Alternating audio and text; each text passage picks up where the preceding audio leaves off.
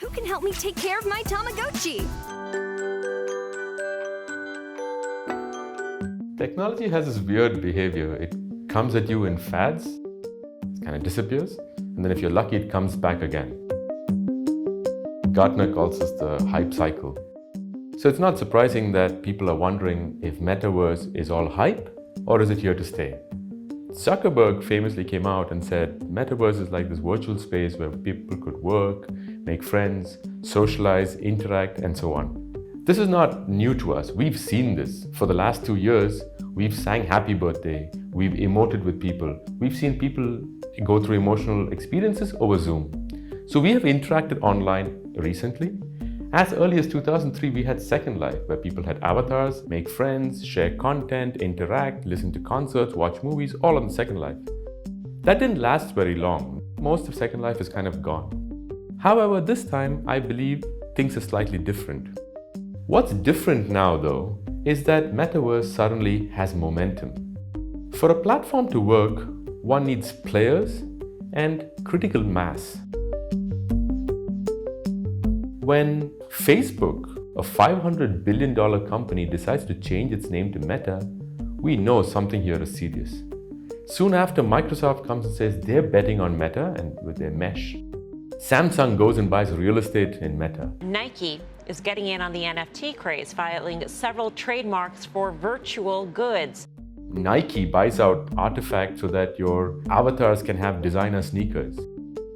We have 1 billion users of augmented reality today.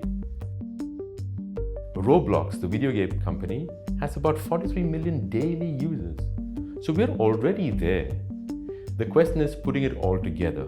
So then, what does one do to watch out, to predict how this might actually play out?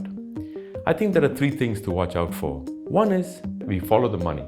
Who are the big players that are entering this field? Are there more technology providers that are entering? Right now, there are some really big names that have committed to investing in Meta. Are they actually delivering on their promise or not is a clear indicator of success. 2, today's hardware is a little clunky.